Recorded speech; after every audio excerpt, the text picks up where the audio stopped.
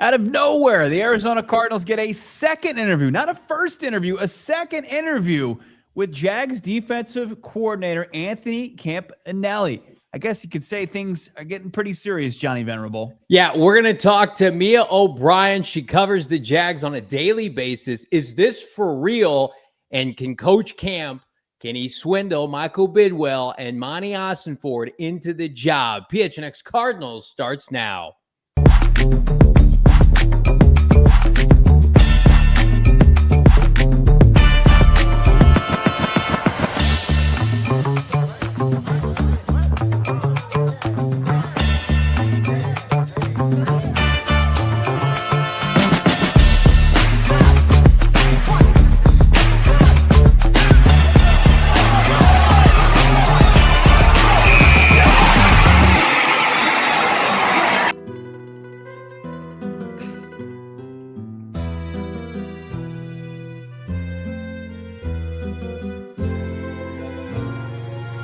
Hey, welcome in.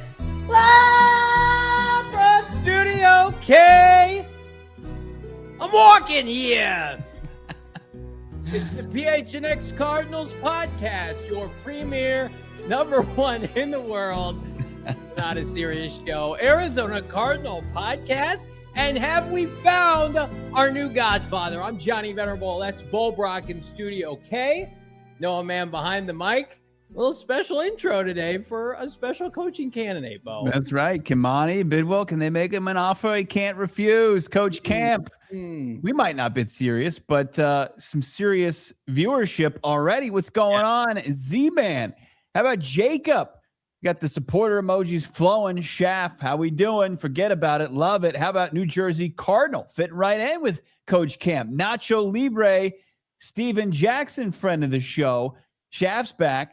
We're going to the mattresses. And how about we got Cameron, Tony, so many people live in the chat. Want the latest on this Cardinals coaching shirts. Of course, this episode of PHNX Cardinals is brought to you by our friends over at Bet365. Download the Bet365 app today, and when you deposit $10, you bet $5, you get $150 in bonus bets, win or lose, Johnny. Like, first of all, we have not had any fun. Zero fun had for 7 months. 8 months? It's been a lot, right? So, today is a fun show. It's a serious show, but it's a fun show. And listen, cut right to it. Is this everybody's first candidate? It is not. Would this be a bad hire? I don't think so. Could you do worse? You absolutely could. And that's where the Cardinals are, right?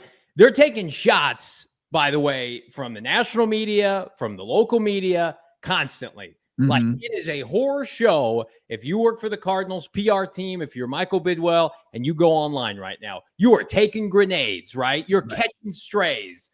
So I think the Arizona Cardinals right now, it would be in their best interest to get a coach soon. Number one, I think it's plausible. We're going to talk about that and how Jonathan Gannon, that dynamic's going to help them. But then also, Bo, it's like, the moment that you get a coach that the fan base says, I'm good with that, the moment that the healing begins.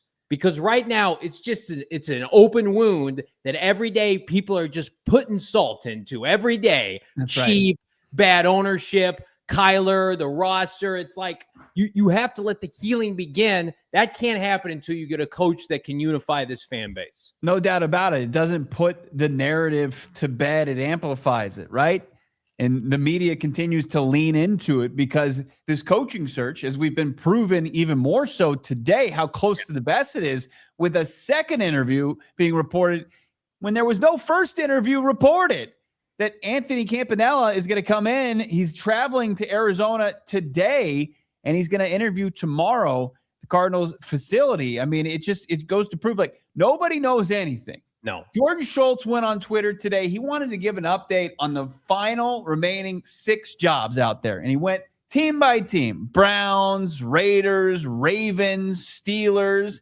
And we got to the Cardinals.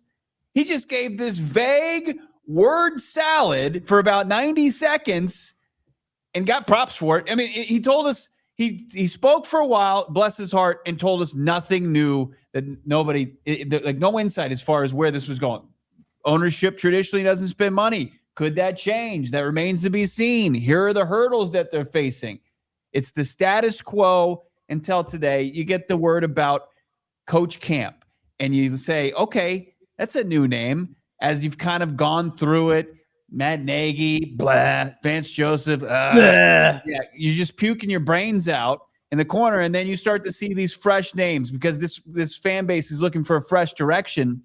And you see Camp, number one rush defense in the league, second in turnovers. You see the Hard Knocks Electric Factory video of him addressing the Miami Dolphins when he's the DB's coach. It's just, you're saying, okay, this is somebody I could work with. This is somebody I could root for if he's given this opportunity. It's not going to inspire like Super Bowl, look out Shanahan, look out McVay, look out McDonald, but like, could they be on to, getting on the ground level of somebody that's a fast riser? Because when you look at his resume, Johnny, you've pointed this out. This is a guy that has just gotten promoted, much like his boss, as we'll call him, Liam Cohen in Jacksonville. This is not some schlubby, like 55-year-old that's been in the league forever and gets recycled interviews every year. Like, that's the definition of Cardinals are settling, right?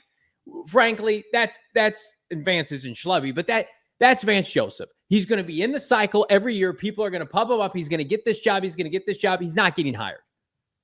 He's been a head coach before. He's been a DC here. He's been fired from here. He's been fired from Denver. This guy was a linebacker coach, got promoted from Miami to went to Green Bay, was basically the co-DC, then got another promotion, went to the Jags this year. The Jacksonville Jaguars won 13 games and had a top 5 offense.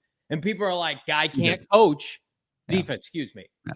Had a top 5 defense with this guy, can't coach. It's like, I have been through hell. You have been through hell during this season and the last 2 weeks covering this team.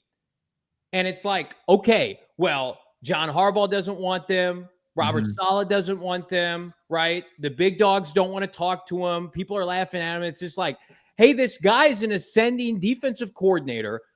Name 5 players for the Jacksonville Jaguars defense. And it's like, he's going to have a second interview. Yeah. It's people fired up and people are like, pass. And it's just like, what? Is he my first choice? No, but this punch perfect boxing, 100% right. And you'll hear it from me here in a little bit. The Jaguar fans will be devastated if he left. He's the second most important coach on that staff behind Liam Cohen.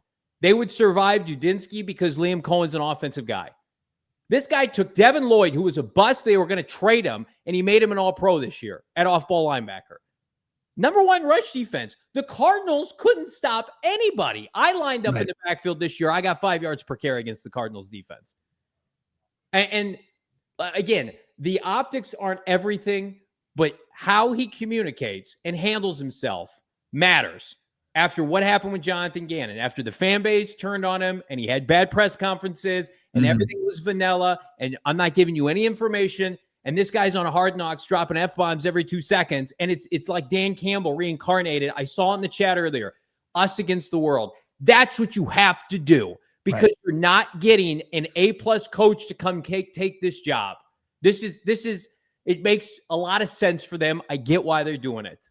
No doubt about it. And what did we just see? I mean, they're hiring new defensive backs coach in Jacksonville. Jacksonville just a little bit removed from this unreal run. Right. Jacksonville standards, right? Laughing stock at this point last year. Who's going to take this job? They've got Jed York, Liam Cohen in the darkness of night, right. Rekindling his the coach job that he ended up getting and winning 13 games. Like, they got rid of that after this run that they had, after being second in the NFL in interceptions. And they're like, no, we need to do better at from a coverage standpoint. If Camp comes back, or maybe this is Camp's successor, but they're not settling, right? They're not settling for a wild card appearance in an AFC South title that they got themselves onto in 2025. So you really have to like it. And this seems like a guy that's really going to be loyal to your program if you get him in the facility. That's going to express gratitude and a want to be in a place where it hasn't traditionally had a bunch of success. You already just did that in Jacksonville. So I think that also kind of puts Coach Camp in a position to where, you can get behind that.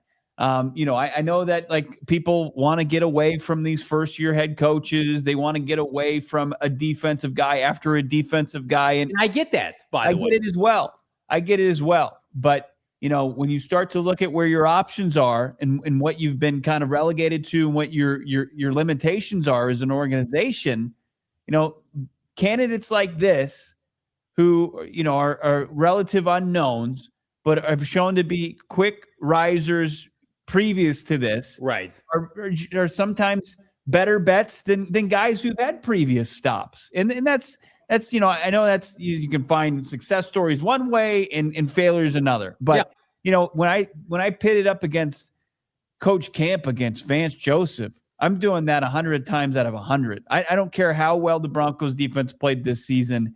I just think that with the fan base and what their wants are after Jonathan Gannon was fired on Black Monday, that this would be something that would kind of be able to galvanize, rejuvenate, what they felt like they lost during this brutal season. I like him more than Jeff Hafley. Look at he was on Hafley's staff in 2024. The Packers were a top 5 defense. They add Micah Parsons. They lose Camp, and they're worse. They're not any good. They're not nearly as good. They gave up 25 points in the fourth quarter and lost the Green Bay. Although Josh Allen put up back-to-back touchdown scoring drives against Anthony Campanile gave up 14.5 points per game in the final 8 games this year. Jonathan Gannon's defense, unfortunately, gave up 40 points in the last 8 games 4 times. I mean, yeah. I love JG. I'm not going to dog on him here. Jonathan Gannon's resume was bigger and better. He came from Philadelphia, and this is where it's tough to look at what's happening with like a Mike LaFleur, who I like, or Chris Shula. You come from a house that's not broken, not a broken family, and it's like, okay, Chris Shula's only been with Sean McVay. He's coming to a broken house. How is he going to deal with that? Mm-hmm. This guy made the Jaguars relevant. Right. That to me is the biggest box you can check. Poverty franchise, talking to poverty franchise. How are you doing? Oh, top 5 defense. Who are your players? Josh Allen, Hines, and a bunch of guys. Yeah. And go look at the players that had statistics for them. I mean, is he like a franchise savior? I have no idea. I just feel like he could come here and make your defense good and get your players fired up while you're trying to find a coach or a quarterback in the meantime. I mean, like Mike LaFleur it would be a great hire. It'd be my number 1 choice realistically right now. But can he maximize anything? Even have a quarterback yet? This is my driving point for Robert Saleh, because it was just like, the defensive pieces are here. Right. Go and get a top 5 to 7 defense led by a defensive head coach, and then figure it out on the offense on the other side of things. Sure. But I have so much more confidence when these guys come from programs that never win before. Yeah. And they're facing adversity all the time. I love Jonathan Gannon. Philadelphia has the best players every year, and Vic Fangio has unfortunately exceeded what Gannon did en route to a Super Bowl. And they just funnel in every year. And that's why we thought Gannon would be good this year, because the Cardinals had some defensive players. They couldn't develop them. Right. I caution everybody. Go look at the Jaguars defensive depth chart. They were starting Dennis Gardeck this year. They won 13 games. And it wasn't just Trevor Lawrence and their offense. Their defense was, I would argue, is equally as impressive this year. I mean, he's got my attention. There weren't wholesale changes to the defensive personnel from when they were bottom of the league in 2024. 27th or 28th. Yeah, they were real bad. And how about this? Like Campanile, and this is a big credit to Alexander, man, on Twitter, Cards Focus, saw this. His Jags DC going up against the Seahawks and the 49ers, he gave up 21 and 20. Gave up 24 against the Cardinals, and he gave up 35 against the Rams. As Packers run game coordinator, he gave 89 rushing yards to the Cardinals, gave up 80 to the Seahawks and 44 to the 49ers. He's gone 6-2 as being a part of staffs against the NFC West in the last 2 years. Yeah. He's got success. And then you've got that video. I highly encourage you, if you haven't watched it yet, from Hard Knocks. This isn't the guy that's going to back down from anybody. As everybody says out there, insiders, pundits, analysts saying people are scared of this job because of the division that they are. And he's saying that ass kickings translate anywhere. Anybody can see an ass kicking happening. And you got to love that type of energy.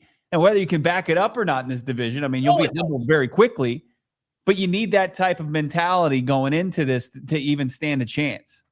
They hire Clint Kubiak. Like, we don't know how Clint Kubiak's going to be. We got a pretty good idea. Yeah.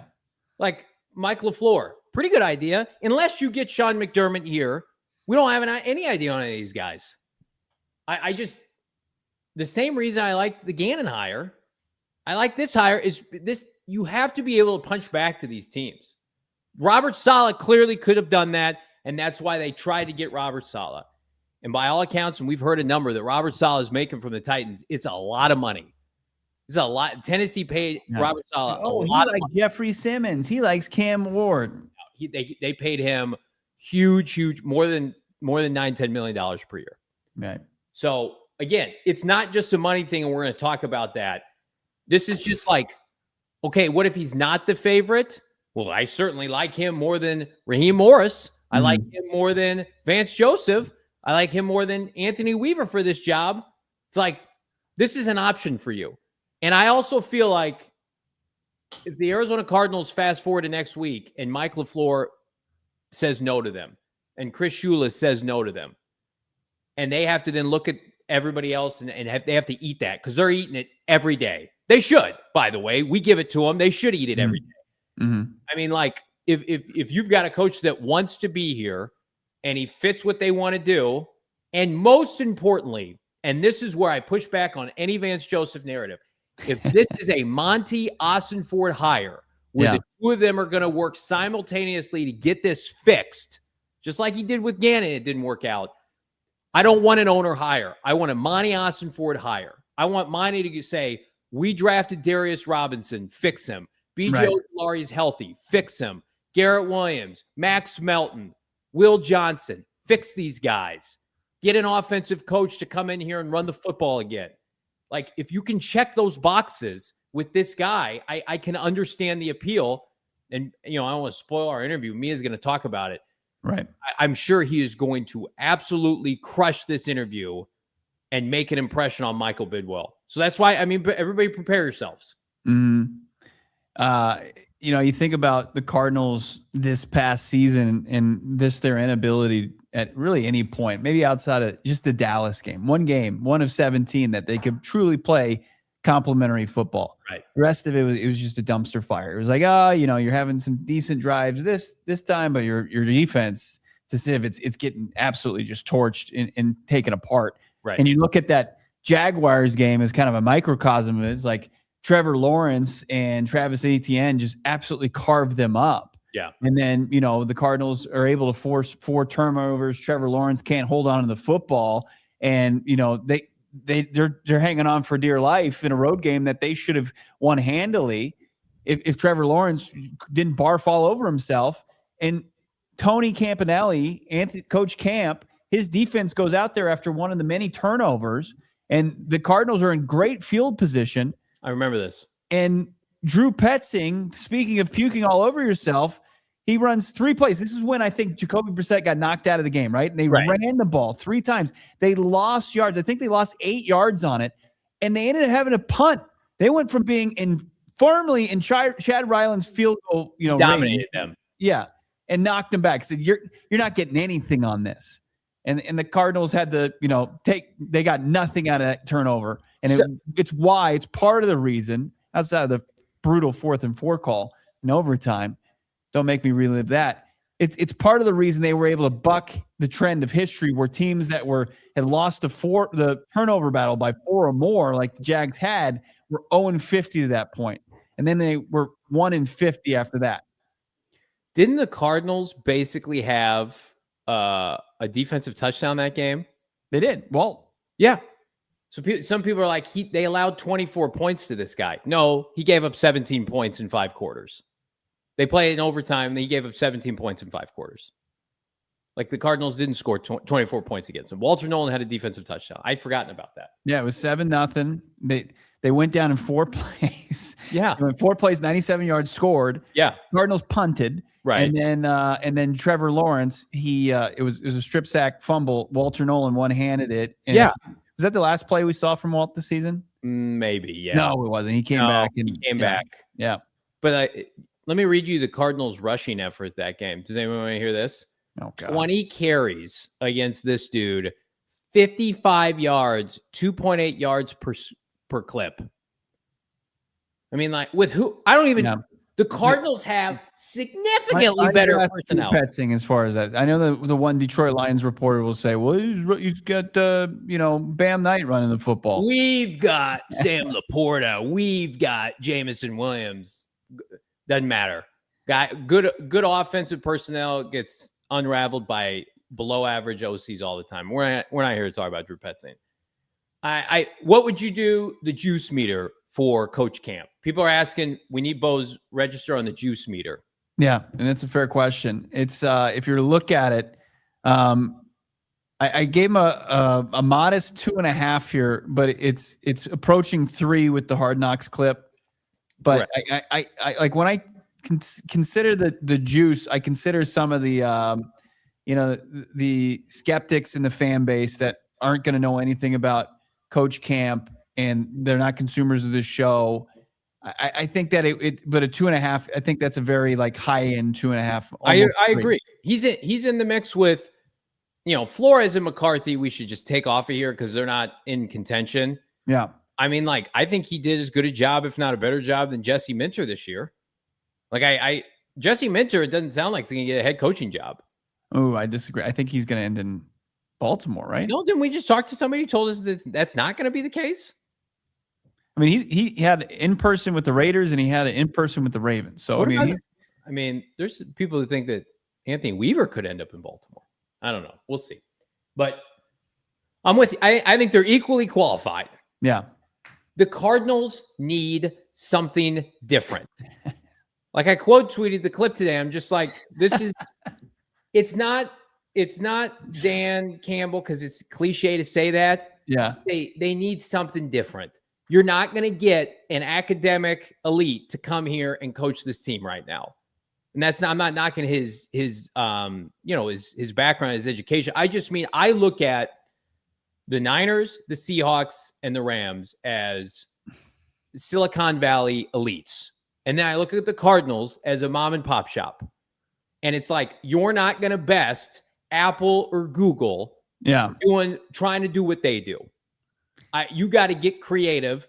Yeah. You got to build a bully and you got to punch him in the mouth. And I am always impressed when someone can take lesser talent in a losing culture and make it good. Yeah. That's what Saleh did this year with no players in San Francisco. I know their culture is good. Yeah.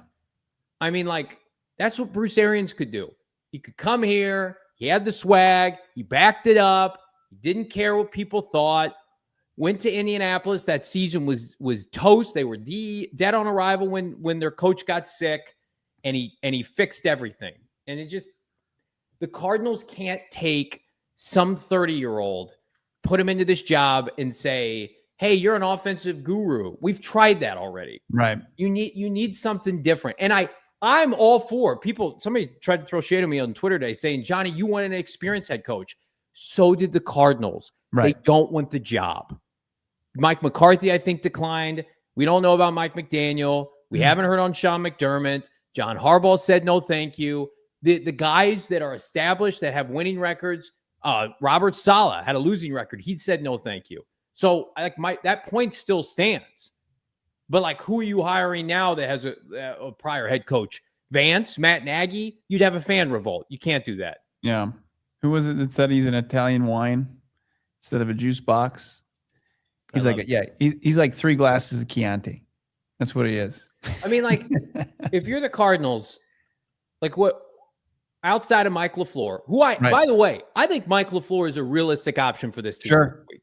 Yeah, we talked to Ari Mirov. You're going to be able to see that interview tomorrow.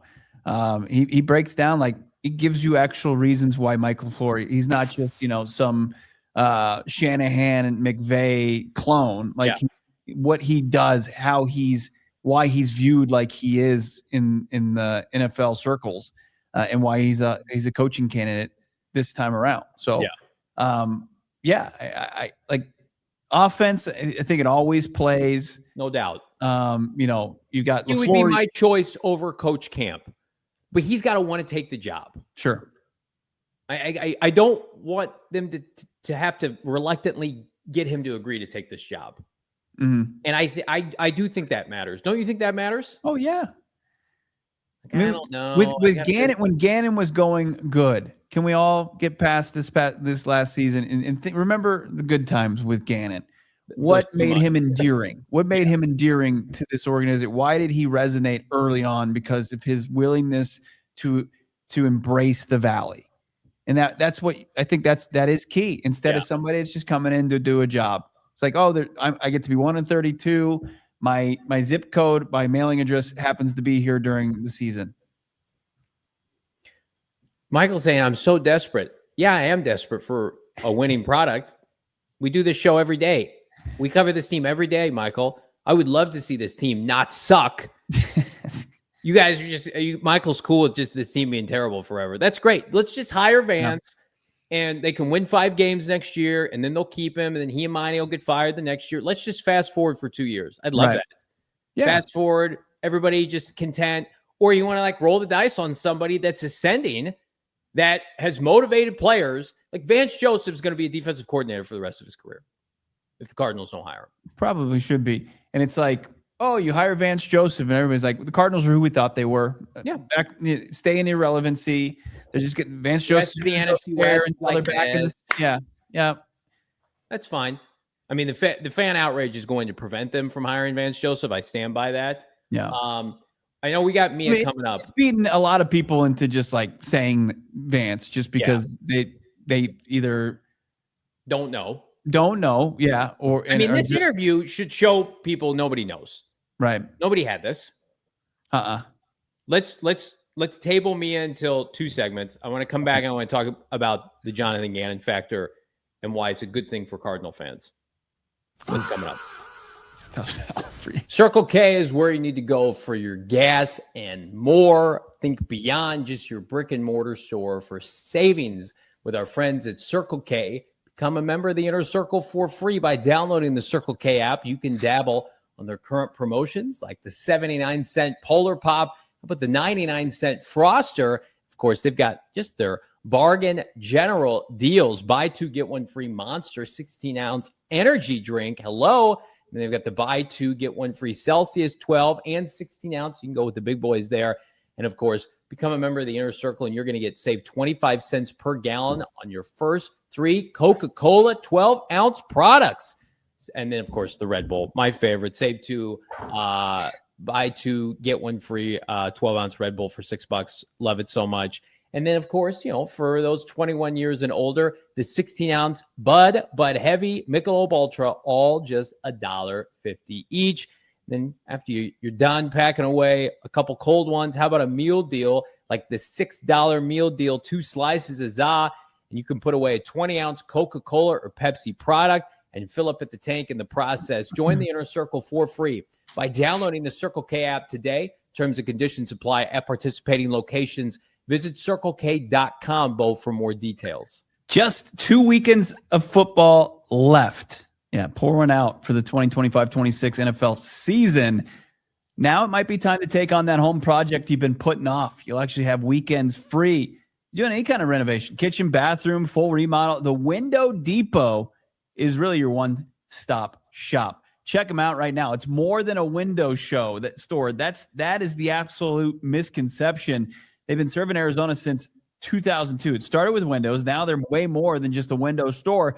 We're talking windows, doors, skylights, cabinets, countertops, sinks, you name it, with tons of inventory in stock and ready to pick up right now. If you need something custom, they've got that covered too. Professionals, they love the job site ready quantities, great pricing, expert service. While the do-it-yourselfers, the homeowners love them because of their in-house designers with that are free that can bring your vision to life. Check them out right now. Visit thewindowdepot.com and get started on your next project today. All right, so before we get to Mia, who is awesome, by the way, hit that like button, subscribe to PHNX Sports. I know people are probably anti-Jonathan Gannon consuming anything as it relates to the ex-Cardinals head coach. But this is what this podcast is prepared to tell you, and why I think this is good news and why it's going to buck a narrative that a lot of people have ran with. And I love it when you say this is what this podcast is prepared to tell you. I'm just going to cut right to it. The Cardinals, everybody's like, the Cardinals are not going to pay 3 head coaches, right? Well, they fired Jonathan Gannon. They were prepared to do that. They likely won't have to. Cliff Kingsbury's deal runs for 2 more years, right? Mm-hmm. Which, whatever. He's going to make good money as an offensive coordinator. He's probably going to get $3 to $5 million a year as an OC. So you can eat that. It's like $2 million on the books. Right, for the next 2 years. This is a drop in the bucket. I am hearing, and I believe, that Jonathan Gannon, whether he ends up in Green Bay or Dallas, there's a bidding war going on for Gannon. Mm-hmm. Multiple teams are trying to court him as DC. Doesn't matter how you feel about him. He's beloved by owners in this league. He's going to get a job. I believe that the contract he is going to get will exceed what the Cardinals paid him to be their head coach. Which means what, Bo? Which means he is off their books the minute he signs, and I think he's going to sign within the next 2 weeks. So that narrative of we got to pay Gannon, we got to pay Cliff, we got to pay whomever, you're not going to be paying Gannon. And Good for Gannon. Go get your money. He's going to I think the better play for him is to end up in Dallas. He could become the interim coach. They promote from within.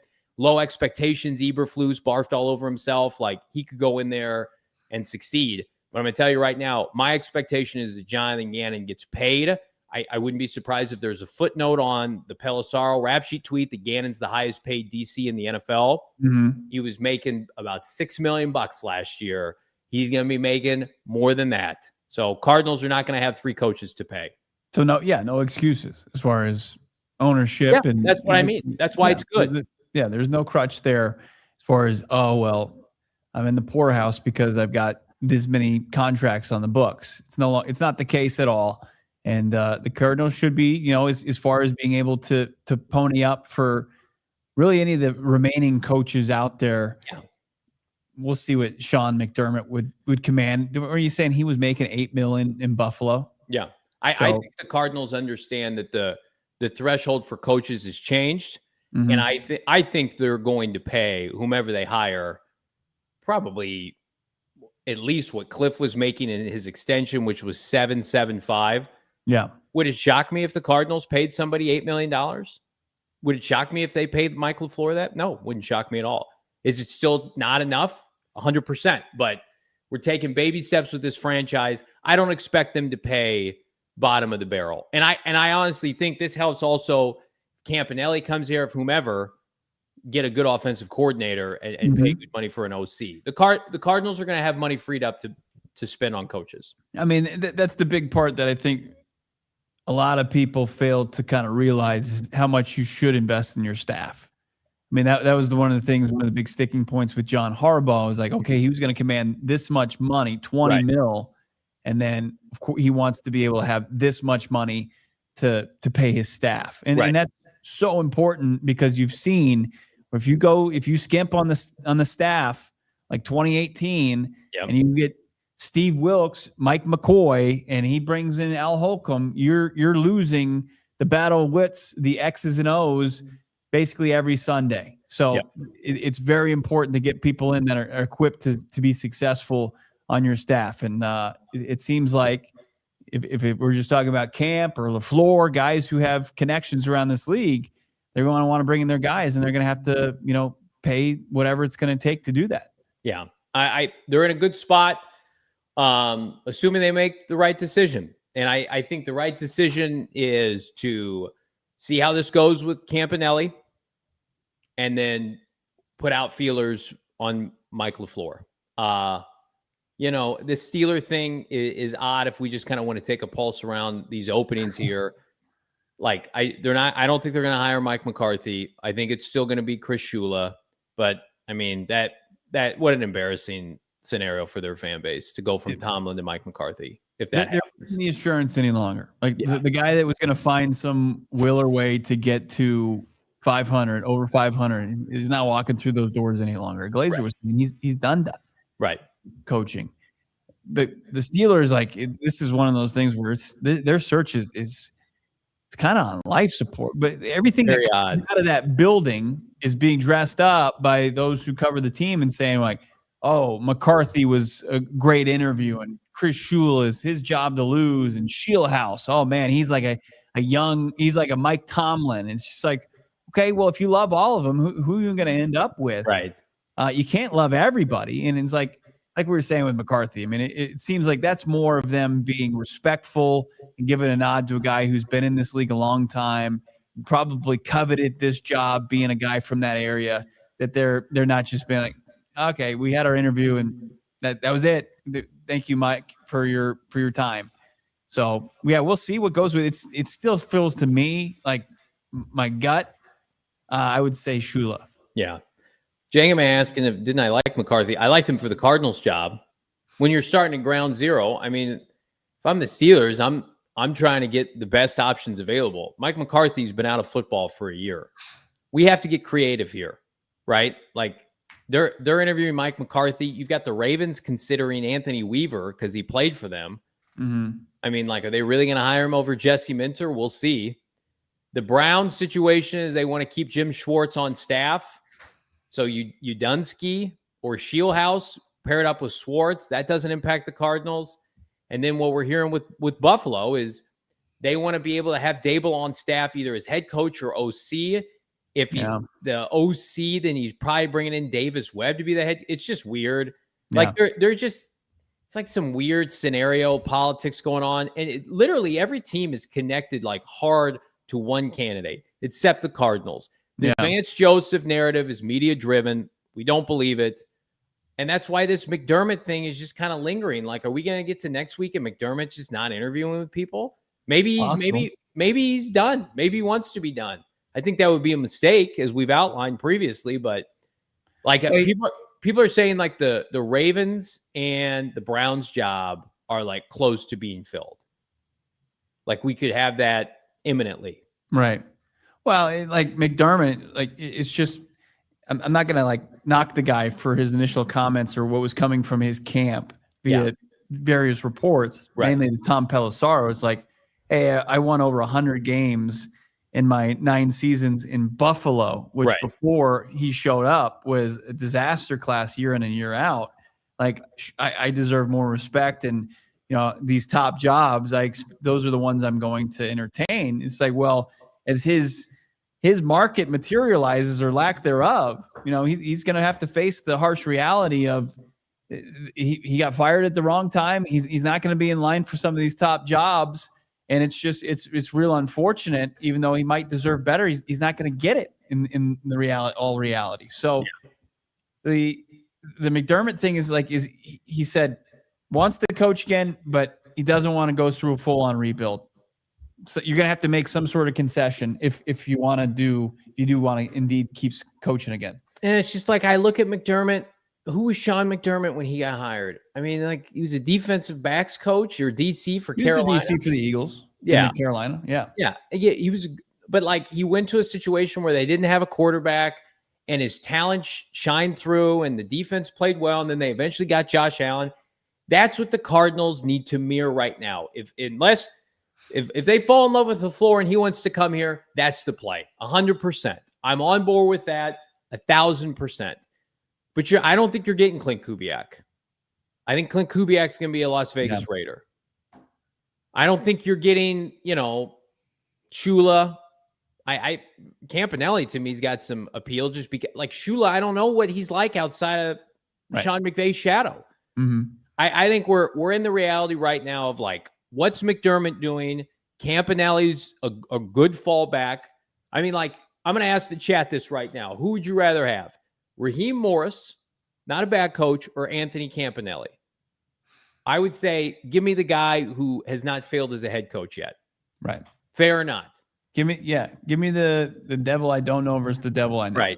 Right. And give me the guy that I do feel like he's on the rise. I think with Raheem Morris, like he was just fired.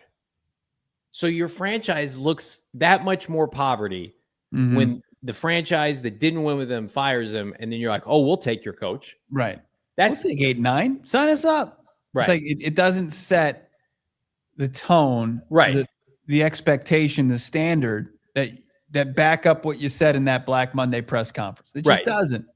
Not like very few seasons. I think one on his resume for Raheem Morris between Tampa and Atlanta that he finished over 500.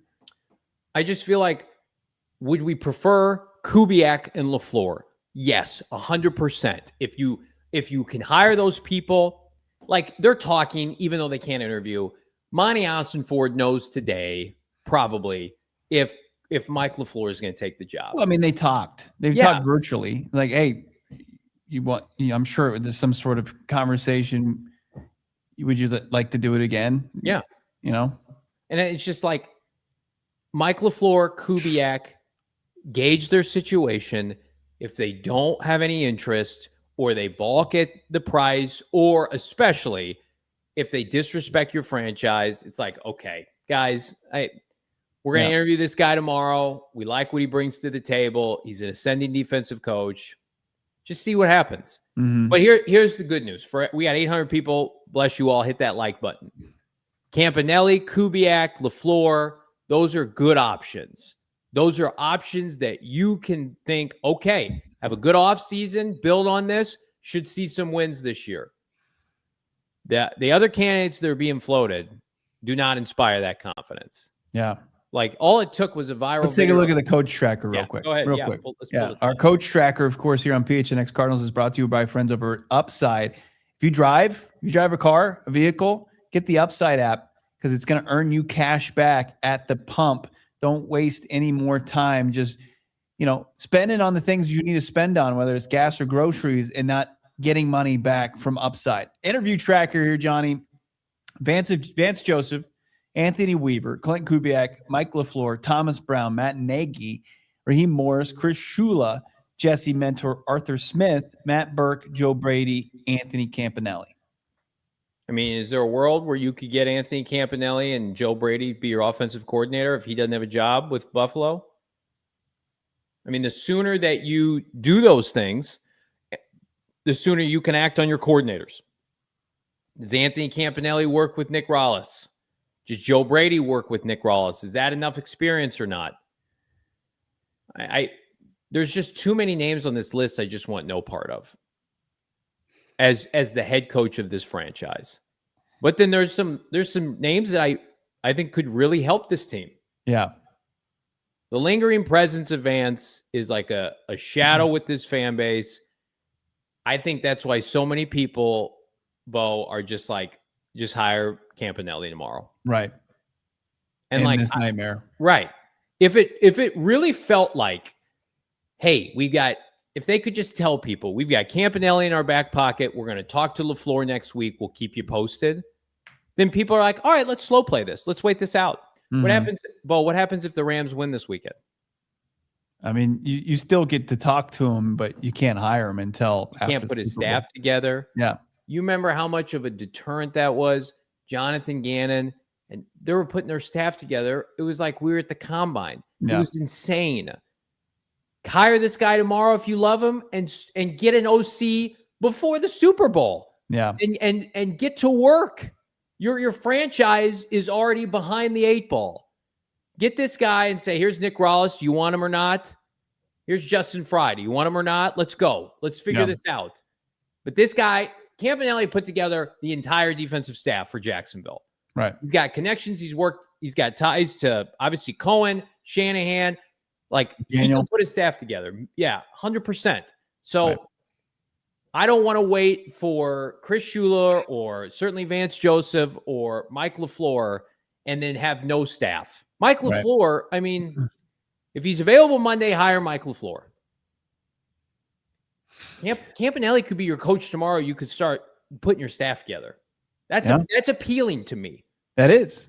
Yeah, getting a head start on a new era of Cardinals football instead of continuing to wade through this coaching search seemingly without any direction. Now you got a little bit of direction. Now you got a little juice. You guys are crushing it in the chat, by the way. The super chats, we will get to all those. I saw Luke as a new supporter member. Welcome, Luke, everybody. Welcome, Luke. I saw you already doing that. Welcome to the fam. You're a true sicko, just like all of us. Enjoy all the perks. Drop a Johnny Chug emoji as we're continuing our conversation and get more info on who Anthony Campanile is. Somebody who's covered Coach Camp down in Jacksonville. Mia O'Brien, she joins us next here on PHNX Cardinals. Check out our friends at the Arizona Lottery. They've got a ton of options to get you cash fast, including their multiple scratchers, which is the perfect way to add to your life. From the Arizona Lottery, you could multiply the good things like vacation, relaxation, and celebration with big money. Over $270 million. Let me repeat that. $270 million in prizes. You could win big with more than the stuff you love. Spend it now. Tickets start at just $1 for prizes up to $1 million. Pretty good return on investment. $1 with a chance to get $5 million. Again, access over 3,500 retailers across the state, including our friends at Circle K. You can also dabble with the triple game, triple fun. These are the themed games from the Arizona Lottery, like play triple red sevens and triple cash payout scratchers for a chance to win top prizes like $100,000. I could use that right about now. Triple red 7 play has a progressive jackpot starting at $30,000 again. So whether it's the multiplier, it's the triple theme games, you're winning big money. Again, I mentioned it, 3,500 retailers across the state. Find all 3 tickets at a retailer near you. It's time to get rich and get winning with the Arizona Lottery. Love that from Arizona Lottery. Also love this. It's a quick reminder. Look, if you've ever been in an accident, you're dealing with a serious injury, do your research. That's uber important. The lawyer you hire, it actually matters. It's not just, plug and play. Here's my results. Here's my case. No, that's why we trust Mark and Alexis Breyer, the husband and wife law team. You see them all over your TV. They're up to crazy hijinks. They're out there on the gridiron with Dennis Gardeck and Roy Lopez. They're on your Instagram feed, and they're dropping bars and rapping to Biggie. Phoenix is home to them. They've raised their 8 kids here, and where their entire focus has always been is their clients' results and giving back to the community. They care. They're not just billboards in suits and tough to reach when you've got questions about your case. No runaround. Less than 1% of Arizona lawyers are certified specialists in the areas of personal injury and wrongful death. That's not the case with the husband and wife law team. Check them out. They're exceptional. They actually go to trial when needed. If you've had a serious injury, call the husband and wife law team, 602-783-8841, or visit the link in the show notes and tell them Bo and Johnny from PHNX Cardinals sent you. We've talked about it out of nowhere. Coach Camp, Anthony Campanile, the DC of the Jacksonville Jaguars, is coming in not for his first interview, his second interview. Got to assume it's getting pretty serious here as far as the Cardinals and their coaching search. On the join us to give us more information on Coach Camp, it's Mia O'Brien, Club 904, Locked On Jags. So much. Mia, what's going on? Thanks for joining us. Absolutely, guys. It's been a week of last second. Oh, wait, Coach Camp interviewed there. We got to have Mia on the show appearances this week, but happy to help the boys out at PHNX always. We've been going through it. You've known what that's like. Like this Jags season was an anomaly to you. You're usually slumming it with us. We have the continuation of just covering a horrific franchise. It's nice that the Jags got their act together. And when this news broke this morning, it's just like, well, of course they would talk to him. Jacksonville was one of the best coach teams last year. I think what's interesting about this is they kept the first interview under wraps, and now the second one is tomorrow. And a lot of people assume that they're waiting on people for next week. We'll talk about the Rams coordinators here in a second, but why would Campanile get this far in the process, in your opinion? It has always been a matter of once he gets into the room, he would win the interview. And that is something that I've discussed with personnel inside of the Miller Electric Center. I am also from the state of New Jersey, like Coach Camp. That dates back to when he was coaching high school ball. You talk to anyone in the state of New Jersey where his father is a coaching legend, and they would tell you the same thing. Just get this guy to the final interview, and 9 times out of 10, he's going to win it. and he's going to get the job. And that's why when I saw the news this morning, I went, oh, buddy, here we go, especially knowing that the Cardinals were trending towards hiring Robert Saleh, trying to go, and this is typical across the league, boys, as you both know, to go the opposite of whatever the previous coach was, whether that is in the case of the Jaguars last year, going from perhaps a veteran in Doug Peterson to the young, hungry, up-and-coming whippersnapper in Liam Cohen, still on the offensive side of the ball, or in the case out in the desert right now of you had a coach on the defensive side of the ball, also young in Jonathan Gannon, but perhaps not as fiery and filled with expletives as Robert Saleh or Anthony Campanile. And so, yeah, putting all of those dots, connecting them together, not a surprise. And I am curious to see if he does indeed go in there and seize the moment. I have no question in my heart of hearts that he's not going to leave it all out there on the field in terms of the interview. But I am curious if he does win the job right then and there, as opposed to the Cardinals trying to milk this a little bit further out in time, knowing that Campanile is also sitting pretty in terms of his standing in Jacksonville.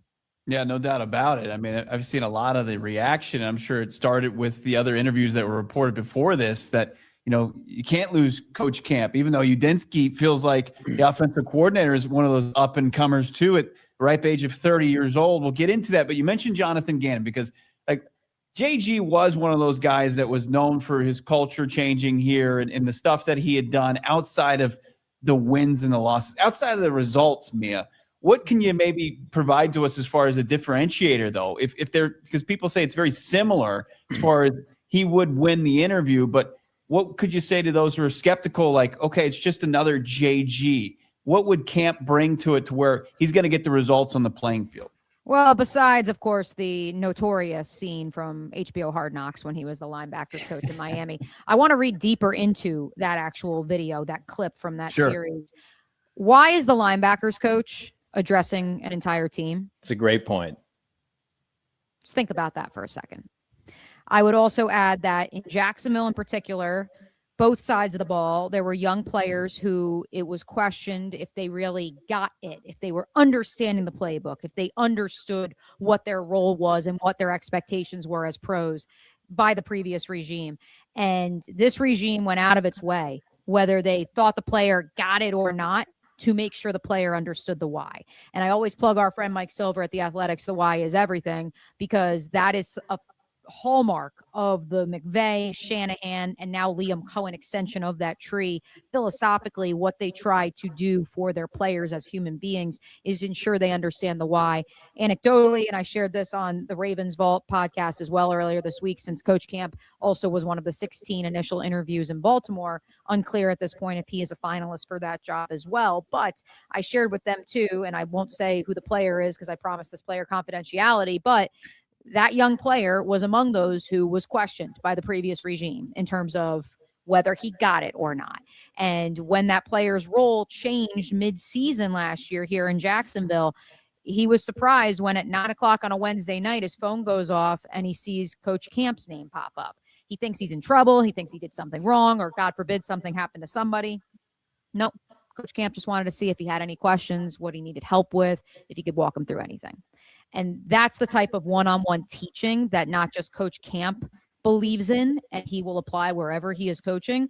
But that is why the Jaguars had success, in my opinion, in 2025, because independent of the results, that process of ensuring that there was one-on-one coaching going on in addition to the collective message, and that every single member of that 53-man roster felt valued, whether it's an offensive coach talking to a defensive player or vice versa. It's something that you talk about when you want to throw out buzzwords like culture, but to actually see it in practice and to see those same young players who many questioned 365 days ago and see them blossom, it's a really cool thing when you actually see it happen in front of you. And that's why, you're always going to get a signature of approval from me for Camp, even though Jaguar fans are definitely going to watch this and be like, shut up. He's awful. Have you seen The Sopranos? Like, that guy, you don't want Tony Soprano. Like, you don't want, he's a descendant of him. He's like Mia's sixth cousin in the Italian-American culture. Like, you don't want that.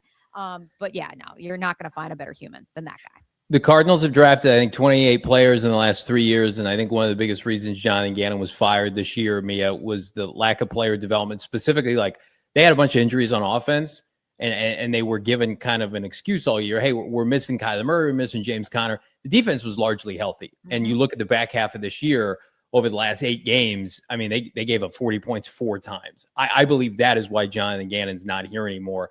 And then you look at Coach Camp, and he goes from linebacker coach to like basically assistant DC with the Packers, and now is the DC here. So he's ascended 3 straight years, and every single stop that he's had, that unit has gotten significantly better. What would be your expectation? Because everybody wanted Saleh here because it's like stamp of approval. You know what he would do to this defense. They'd have a top 5 to 7 defense. What kind of expectations would you have for him taking over this team?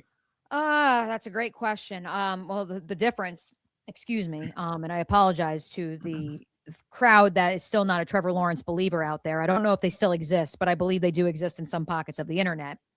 The difference between the Cardinals situation and the Jaguars 1 year ago is that the Jags had Trevor Lawrence, and I don't know who the quarterback of the future is with the Cardinals. And so that's where, in terms of a win-loss record, it's tough to put expectations out there. I can tell you this, that if Coach Camp was to be hired as the head coach of the Cardinals, they're going to be tough.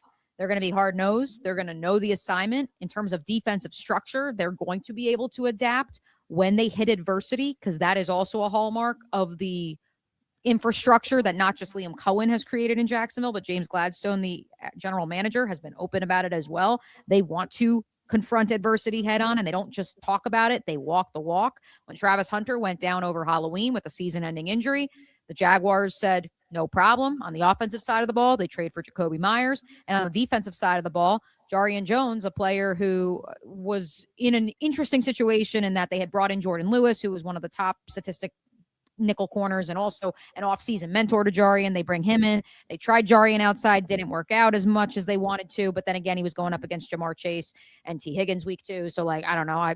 I think everyone would struggle with those 2 guys. Point is, he was relegated to a role that in another world here in Jacksonville included, maybe that's the type of player who checks out. But because of the consistent conversations that he had with Coach Camp specifically, he stayed locked in. Conversations he had with Liam Cohen as well, by the way, stayed locked in. He ascends into that inside role once Lewis goes down with a season-ending injury later in the year. Buster Brown had a career year in his final season of his rookie contract on the outside, to the point that they felt like they could trade Tyson Campbell because they were like, well, we feel like they're the same player because Buster continues to ascend.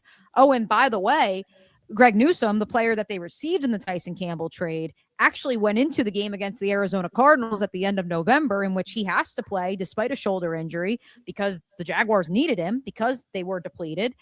And they pull him in favor of a former 6th-rounder in Christian Braswell. And Newsome goes up to Liam Cohen and the rest of the coaching staff and says, I've never played special teams before, but just throw me out there on kick return. Like, I'll just run after somebody. That's the type of player that Campanile and Liam brought into Jacksonville and tried to create that sort of culture. And so I can guarantee you that if he gets the job, you'll see that type of mindset. I just can't give you a number in terms of wins and losses, just because that quarterback of it all, plus the division, like those are the 2 biggest variables. I just got done recording Locked On Jaguar Squad Show, and we said those are the 2 biggest hurdles that you have to get over, because it is one of 32 if you're Anthony Campanile, and it's an opportunity with pieces already there on the defensive side of the ball. I felt like we probably should have laid some ground rules. We can't talk about week 12 on this podcast. We just can't. Sorry, that was a weird one. It was a very weird one. 4 turnovers. They won the turnover battle by 4. Can I throw you another one, Bo? So like that was the one Sunday, because I also work at ESPN Radio. Yeah. That we were like, all right, we're gonna try this out. The Jags are playing in the 4 o'clock window. Mia's podcast doesn't start. The post-game podcast doesn't start till 9. Like, we're going to have you host national radio during that game. Plus, it's the Cardinals and the Jags. Like, the Jags should win big. Right. And, so trying to do all the games, that one, it was a lot. My brain was, like, very much fried. And, like, I go outside in the living room, and my fiance is, like, laying on the couch, like, what did I just watch? Like, and I was like, oh, good. It wasn't just me. Good to know. So, yeah, I continue. Look, the 4th and 4 play in overtime, I still run through it in my head. I can't believe that was the call when you could have simply moved the chains. But that was the offensive play calling that now resides in Detroit, thankfully, instead of the desert. What kind of who could we expect? I know you're probably not connected to that too much, but like, do you think Coach Camp would have a pretty good ability to build a staff, especially like when you think about, okay, strong defensive guy, where does he look to the offensive side? But it's just overall from building a staff standpoint. Yeah, so I mentioned that Liam Cohen, when he was in Tampa Town, Todd Bowles let him basically hire all of the vacant positions that weren't already there along the offensive side of the ball, or if Liam wanted to change, he was given that autonomy. And you can largely say the same with Coach Camp. I'm sure that, Liam would tell you that they hired them in conjunction together, which is not wrong. But let's just go through the Jaguars' current coaching staff, shall we? Tem Lukabu, linebackers coach, has kind of been like this additional Campanile brother that Coach Camp and him had never worked together, but they crossed over all the time. Tem succeeded Coach Camp as the co-DC at Boston College. He also has the Rutgers tie with him. They're also New Jersey guys. There's 6 degrees of separation there. Tem was always coming with Coach Camp to Jacksonville. Anthony Perkins came with him from Green Bay. Drew Lascari is a Jersey Don Bosco prep guy. He came with him. He's the assistant defensive backs coach. The assistant linebackers coach, Evan Wilkins, came from Michigan. Coach Camp was at Michigan for a year. Derek LeBlanc's also got some of the Rutgers tie going on. Bill Sheridan was at Boston College with Coach Camp. He's the senior defensive assistant. The only one that there isn't an exact direct tie is Matt Edwards, the defensive line coach. And even then, through Rob Leonard out in Vegas, you could kind of connect a couple different dots, and it ties back to Camp. And so, while yes, this was a collaborative effort, there's a lot of ties there that suggest that Campanile knew who he wanted to hire, and the Jaguars' defensive success clearly speaks to he was able to hire the right people who put their players in the position to succeed on Sundays. What about an offensive coordinator? We had Spencer Whipple here for a long time, actually. He's the quarterback coach now with Jacksonville. I don't know if he's ready to call plays yet, and you mentioned that he's been working and he's tied with a lot of the division rivals, actually. And so is there a name or two that come to mind that he could potentially bring to call plays? Yeah. So Spencer is, of course, one of Liam Cohen's childhood BFFs from their time at UMass together. They both played for Don Brown together. And of course, Mark Whipple, Spencer's father, or coached with. They coached together at UMass and they played together at UMass. So that's why I don't think Spencer's going anywhere, especially if Grant Udinski was to walk. I mean, there's potential he could get elevated to OC, but we could dive into that at a different time. I'll give you a name, and it's selfish just because of my alma mater, but since it's being floated to be the Dolphins OC, how about Brian Angelico, the Vikings passing game coordinator, has spent the last few years in Minnesota with Kevin O'Connell, not just with KOC. He came from Carolina, and when he went to Minnesota to join forces with KOC, he brought a young offensive assistant by the name of Grant Udinski with him. And that one turned out pretty good, did it not? So Angelico's getting a lot of love from Jeff Hafley, who, of course, was the head coach at Boston College when Coach Camp was the co-DC. And so the thought of would Angelico join forces with them? The reason it's selfish on my part is that Brian Angelico's an Ithaca College Bomber. It all goes back to the Bombers and my alma mater. And so it'll be curious to see with both Hafley and if Camp gets a head coaching job, building staffs potentially, where exactly there might be some coaches caught in the crosshairs of 2 hiring cycles. We could chat all afternoon long about the prospects of hiring Coach Camp. Added a little bit of juice to the Cardinals coaching search, and so did me O'Brien to PHNX Cardinals here. Make sure you're following along at me O'Brien TV on Twitter. Check out Club 904, of course, Locked On Jags, and her work on ESPN Radio. Thank you so much. Happy to do it, boys. I just had to get out in time for yoga class, which we did, and then some. So happy to hang out with you always. I'm always a phone call away. Thanks, Mia. Mia's the best. Might have to chat with her if this moves quicker than expected. Hit that like button. We got almost 50 super chats that we're going to dive into. But anything that stands out from our conversation? A ton of stuff. I mean, as far as I think that the motivator thing, the leader, the culture, you can continue to build on that. Yeah. But with results like that's the main thing. Like the results as far as where their run defense was this year compared to the previous season under different coordinator, and then where Green Bay's run defense was under Campanile. Like, he knows how to coach them up and put a defense in position for success. And as far as just his ties, it shows that you're going to bring in another guy that's going to have connections, and you're going to be able to get some guys, some adults in the room that are going to be able to coach up this team in other departments. You know, I liked that she said that Jonathan Gannon, unfortunately, didn't get the memo. No Browns coaches. Like, let's not take Browns offensive coaches. Right. Let's not do that. She said, "Oh, passing game coordinator for Kevin O'Connell. Great. You know who their quarterback coach is? Ex-Cardinal, quarterback Josh McCown. It's like try to get people who've got resumes. I think the name she'd mentioned, the passing game coordinator. I think he did coach for the Browns once upon a time. He's with Kevin O'Connell now. Angelino. Yeah.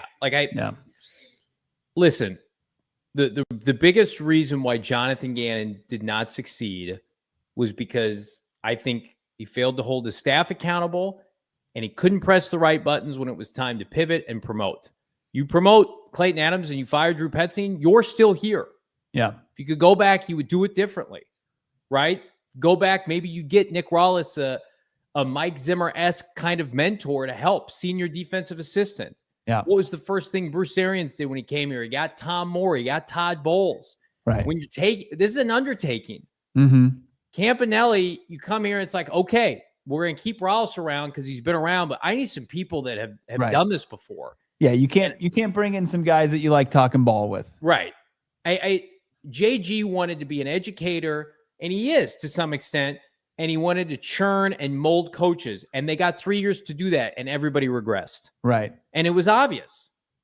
You look at the guys that he kind of took under his wing last year, and she's throwing out, guys who were high draft picks that it seemed like they were going to be busts. Right. Guys that had just been drafted in day 3 that had roles that made impacts. Right. So it's just like when you're going to be draft and develop and you're saying, here's Monti Ossenfort's roster that he's constructed over the last 3, and it's going to be 4 off seasons now. Here are all the over 30 draft picks.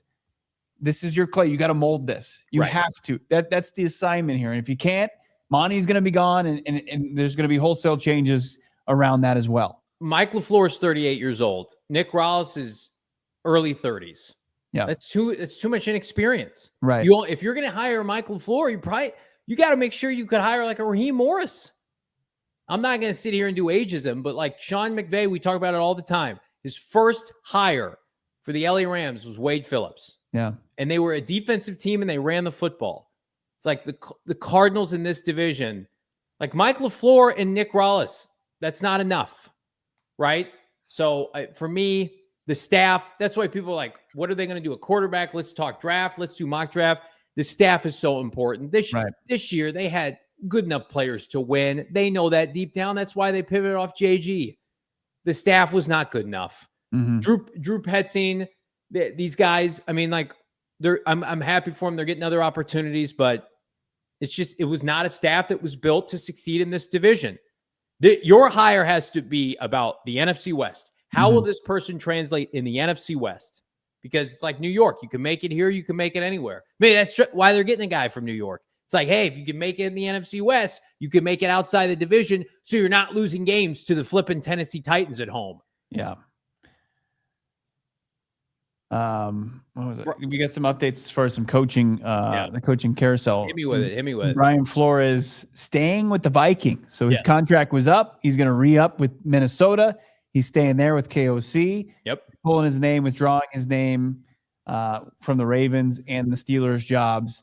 Jason LaCanfora, former, pretty respected NFL insider at one point. Well, especially he's from Baltimore. He lives in Baltimore. Radio in Baltimore. He does.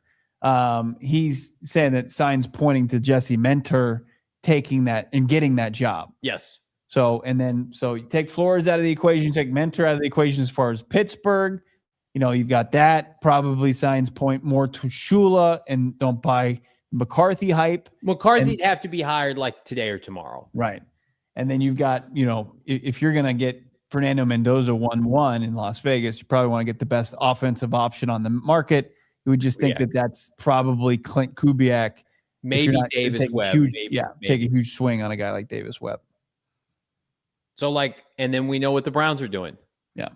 Didn't hear you say Sean McDermott in there. I didn't. You didn't miss that. I didn't mention his name. Sean, you checking your voicemail?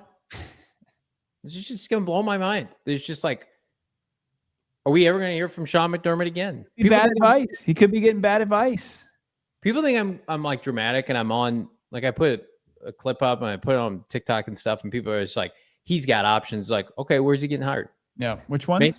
Maybe if this cycle had started for him 2 weeks ago, Sean, pick up the phone, take the money. Cardinals would pay. Cardinals would pay Sean McDermott at least what he was making in Buffalo. Feel very confident about that. I think if they didn't have to make a decision on Saleh that day, like Tennessee would have kept the search open, would have talked to Sean McDermott. Would have been a good spot. The Cardinals would have tried to sign Robert Saleh. And I think the Giants would have talked to McDermott. Oh, yeah. And probably Atlanta, too. Sean McDermott, be very careful. You're going to wake up and the only opening next year is the Jets. And you're going to play yourself, son. Let's keep it going, or let's get into these super chats. How about you guys crushed it. I said no way we get 50 today. Well, we're at 46. Wrong. Johnny's wrong again. Starting off with our guy, Punch Perfect Boxing. Thoughts on who could be OC under Coach Camp? Talked about it. Passing game coordinator. Play this music for the entire super chat. Early to tell. Look at the Viking staff. I don't think there's anybody that I would want from the Jag staff. Okay. I don't want Spencer Whipple calling plays. I don't think Whipple would come back. Okay. He had to be the mediator between Cliff and Kyler that last year. I know this. He had his role was kind of watered down once the new staff came in. Like Spencer Whipple's main job was to break down opposition film for the coaches. Yeah. It's not like, he was wasting his talents here. How about our guy having the time of his life? Anthony Campanile looks like if you fuse Bo Brock with Nate Bargatze. That's good. I like that. We have confirmed if they hire Anthony Campanile, we will change our intro music to something a little bit more on theme, on brand. My grandfather's family was from Italy, so it's cool for me to, align with Campanile's lifestyle. I think I can say that. I'll support that. Let's keep it going. How about Terry Cleary? The wide net has grown to a solar sail. But I think this and Brady, those were welcomes. This week has largely been positive. Yeah. Yeah, I think two candidates that people can wrap their arms around. Outside of the crash and burn with Saleh, we thought for maybe 2 hours that it was going to happen. Brady, people really liked that yesterday. Joe Brady doesn't remain in Buffalo.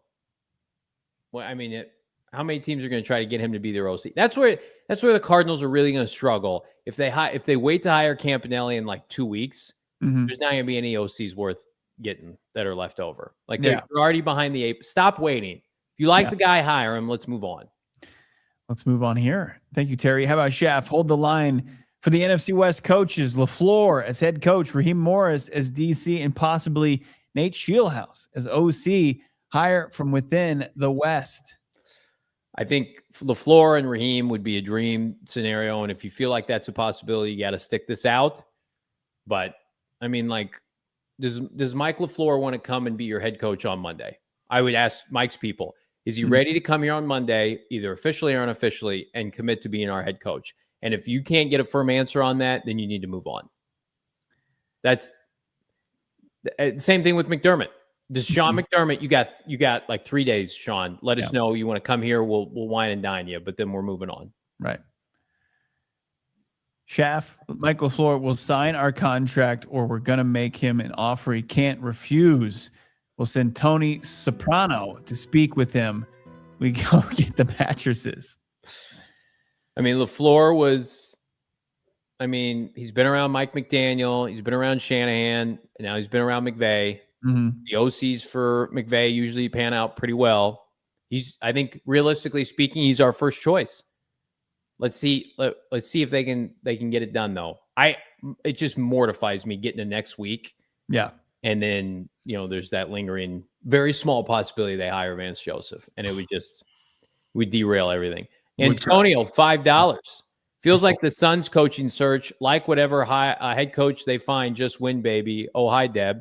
Hey, Deb. Hope you're having a good day. I just feel like for the Cardinals, like a lot of Cardinal fans had come to the reality that Gannon was coming back, and that made them sad. Then they pivoted off Gannon, and now they're excited. And now the candidates have been so underwhelming up until this point that people are like, I'm out on this team again. And then you see some of these recent candidates this week, and it's just like, yeah, these are like this guy Campanile you just met with the Ravens. Like he's a real candidate. He probably won't get a job this cycle. He's going to get a job eventually. Like Vance Joseph's not taking an interview anywhere else. Right. How about Jackson Burgess? McDermott would fix everything. Coach Camp would at least bring the juice and a good resume. I will go to war with him. Bring Udinski, an added bonus. Udinski's stuck in Atlanta, but I agree with those first two options. I mean, like, you're thinking, Udinski's the. Udinski's with, there's too many names we've broken down on this show. Let's see what Friday brings. They've got Campanile tomorrow. What if Friday we just get a report that McDermott's visiting? Yeah. Okay, that's what we need to have happen. Okay, I'll take it. Iron Will. Johnny is going through hell. Noah's on 3 different depression meds, stuck in Petsing's prison, and Bo is doing his best to hold on to that zen. Unlike some of the other media outlets here locally, we're going to war on Twitter every day and making it known like this is what the fan base prefers. We're not here to let this franchise settle. The first time we did this in 2023, our footprint was not to the size degree it is now, respectfully. And I like the hire of Gannon. The Vance Joseph hire is not an option. And I don't think the Cardinals believe it's a serious option either. I believe Vance and his people think it is. I don't believe the Cardinals seriously consider Vance. Like I said, our interview with Ari Murov tomorrow, you can find it. Make sure you subscribe to PHNX Sports once that goes live. You can watch it. Great insight as far as this Cardinals coaching search. Iron Will was there. How about Jackson's back? It's been so quiet because Bidwill knows no one wants the job, even though he was one that can fix that. Thank God he has no kids to pass the team to. I mean, it's quiet because this is how Monti operates. Now, I agree with you. Like, they're high-profile candidates do not want this job, at least right now. Yeah. I just like the Coach Camp. He was probably Monty's like, hey, I don't want anybody to know. He's like, he goes to his agent. He's like, hey, you don't tell anybody about this. No snitching from Coach Camp. Keep your mouth shut. How about Van John? F it, sign Big Dom from Philly. Oh no, Damon wouldn't like that. He would quit PHNX if that happened. Googsy 69. If he's able to get Big Dom out of Philly from underneath Sirianni. No thanks. Unless you can play defensive line. Googsy 699. I like LaFleur, but he was let go by the Jets, and he doesn't call plays with the Rams. He's as much or more of a gamble than Campanile. 100%. Well, that's what I like about Ari's interview. He gives a little bit more context to what LaFleur does. Yes. And he's not just sitting there like, I don't know, giving Sean McVay, play charts or analytics or anything like that. He's doing some heavy lifting. It's just kind of qualified for the Cardinals job. Yeah. And as far as his Jets tenure, some insight on that. Our guy Charlie Sinclair probably going to spike the football. Yeah, there it is. Still waiting for that X notification. Is Mike McDaniel has agreed to become the OC of the Bucs Eagles NFC team. Oh, wait. We got an info he was going to be the Eagles OC. Yeah. Didn't pan out. Congrats, Charlie. I'm glad everything's going well. We're slumming it here. Okay. What an electric duo between I think they're going to win Harbaugh the AFC. and Mike McDaniel. I mean, you're going to have to find a new DC. We'll see what happens there. How about I don't mean to be mean, but whatever. LeBron, how about going to keep beating this drum? We should hire the next best candidate as head coach who's had excellent resume, a.k.a. Sean, since we couldn't do it with John. We need a stabilizer and a winning program. He's the obvious answer. I mean, I'm sure they've reached out. His camp has gone dark. The Bills had a nightmare presser this morning with the owner and the GM. Keon Coleman catching strays. I would make him the highest paid coach in the history of this franchise, which isn't saying a lot. Yeah. But maybe that's what they're working on. Yeah. Maybe, hey, Sean McDermott's en route to Arizona if things go well. Like, we're a tweet away from that happening. Yeah. So this franchise has seen dark days and they've emerged, but most of the time, it's tough. But That's why this Vance thing, it's just like, you think that the Cardinals would leak out at the beginning of their search, Vance is the guy, and then like we fast forward a month and they hire Vance Joseph. Come on. Rap sheet saying that Bill's continuing the head coach search tomorrow. Dable and then Lou Anarumo. Jesus. Today was Joe Brady. Brian Flores still in the running for head coaching jobs. Just wanted to get his DC. He's not getting the job. Charlie Sinclair, Mentor McDaniel, I'm crying. Jim did it again. Yeah, we'll see. Hang on for dear life with Jesse Mentor. But maybe you could say it again. Going from Tua to Herbert is like going from Greg Roman to Mike McDaniel. Man, enjoy it, Charlie. I love it. Good on the Chargers. Jenga Man, 64. What happened to Dean Spanos? Camp looks good. Needs some aggressive, someone to fire up D-Rob. We invested in defense and need to capitalize. Don't need offensive OC head coach, no QB situation. I'm saying the further we get into this, there's no QB in the draft. There's no QB in free agency that screams solution. Why wouldn't you just lean into your identity as a defensive team? I just go win games as a defensive team next year, win ugly.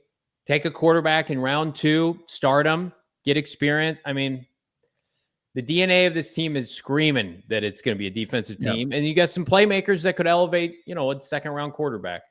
Keeping it going. How about LeBron's back? Why do people want to hire coordinators? Why not someone with head coaching experience, good resume? Please explain. Really don't get it. Bidwill's cheapest POS always will be.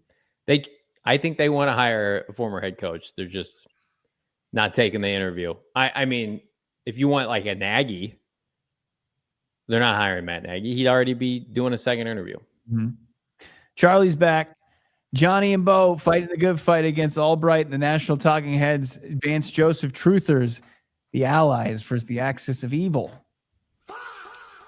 I mean, I love Ben.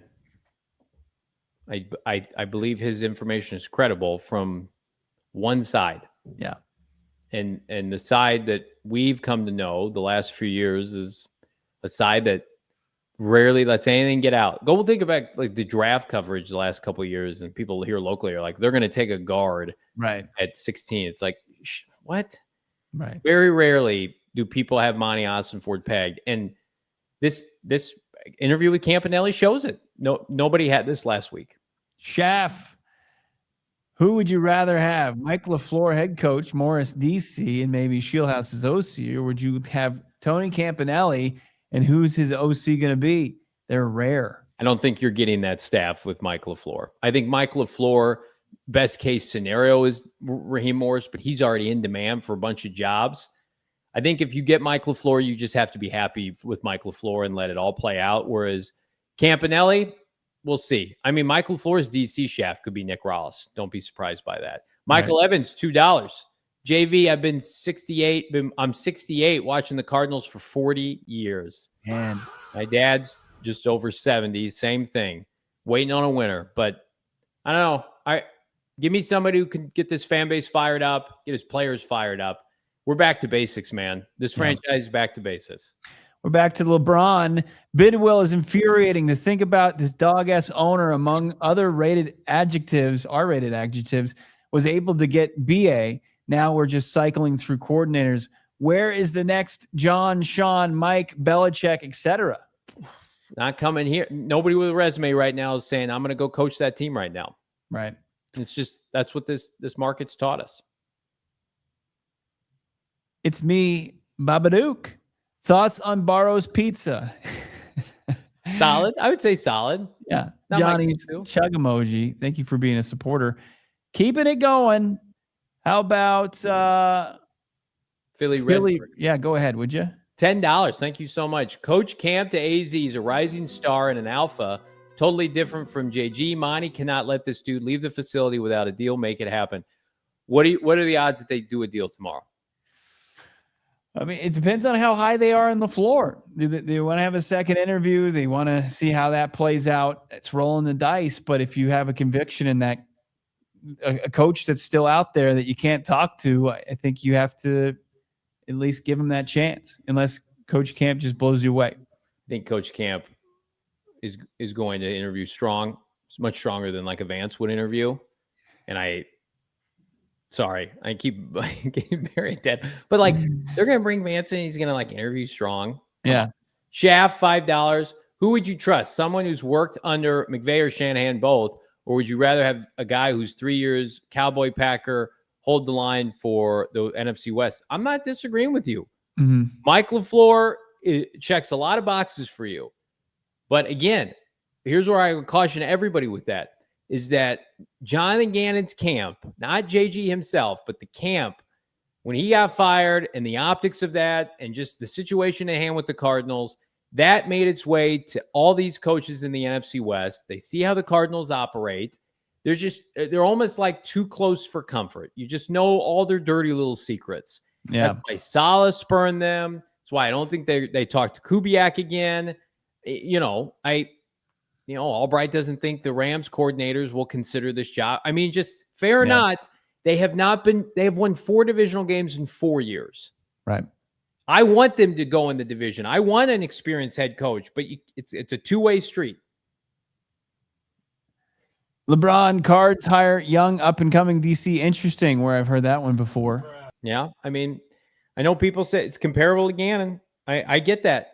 Yeah. 100%. I understand the comparison. The only thing I would push back on is I would argue he did it with a worse franchise and worse players. Yeah. Here we go with Brock Petty. Where is camp on the Wi-Fi signal strength? I'd say solid Wi-Fi, strong. Enough to get me through this stream. Sean the Rock, $4.99. Cardinals should ask Torey Lavello to call up Sean McDermott to hype up AZ living there since they are both good friends. It's a great call. Sean would be my first choice over all these names. Sure. I honestly think, like, why are you not just bringing him here for like a day thing like you do with Sean Payton? That's bizarre. Yeah. It's a good idea, though. I mean, all hands on deck. You use all your resources. LeBron, Bidwill said he wants to win and find the right coach. Are you going to do anything about it and make the right choice for once in your pathetic life? Ron going in on Bidwill. I also think that's why this coaching search needs to end soon. Yeah. Like, people are on. This is not like, hey, we're slow playing this. We're waiting for Gannon. We're doing this. It's like people are just like, I need answers. You guys are so slow and you're going to be the last team. It's like, right. I get it. Put forth some. I believe they would have signed Robert Saleh to a deal if he had agreed to come here 2 days ago. The 90s Poppy, $1.99. Love Campanelli's attitude. Bring the gabagool.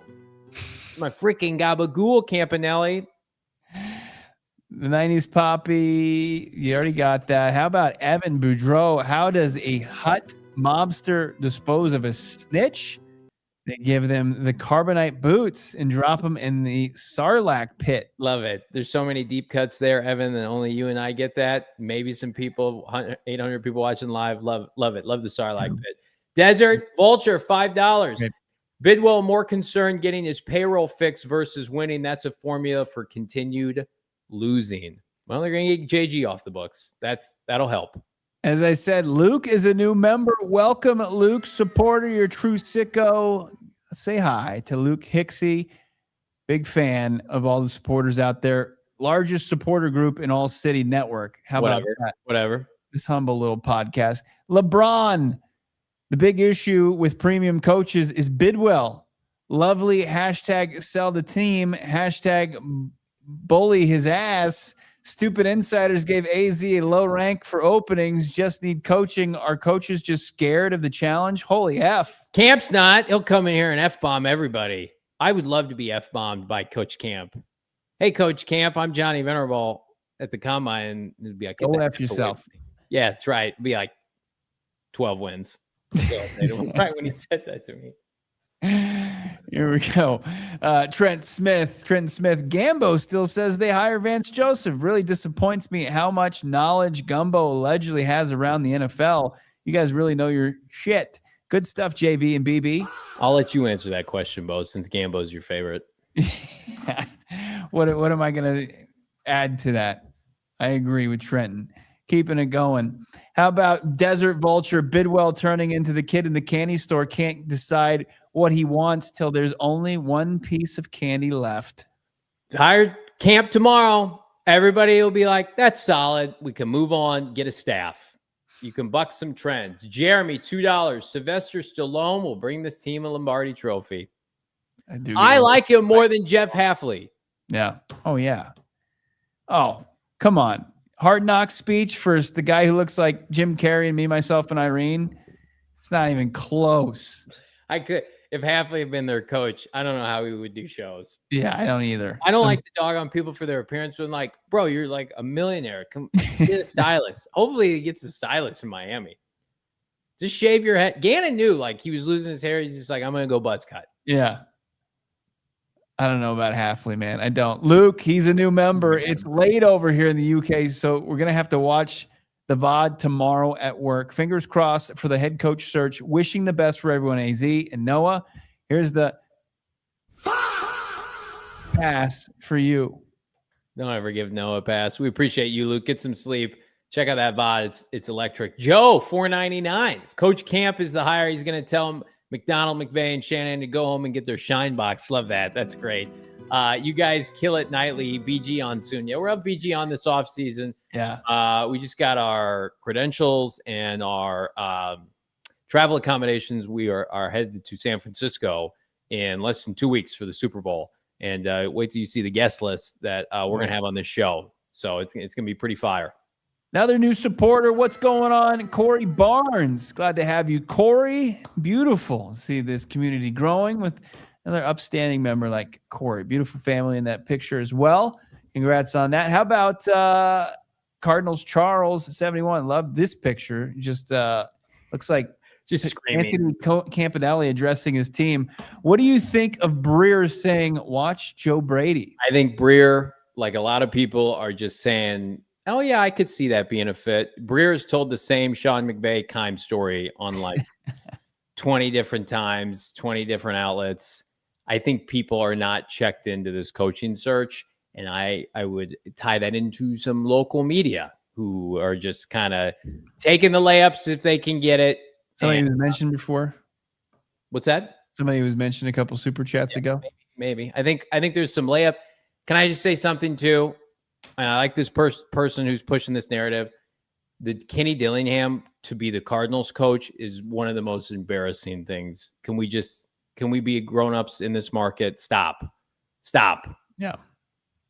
What are we doing? What are we doing? Let's not do that. Come on. I love you, Dan Bickley. Stop doing that. And wash it down with Coke. God, guys, it's like there's a lot of this.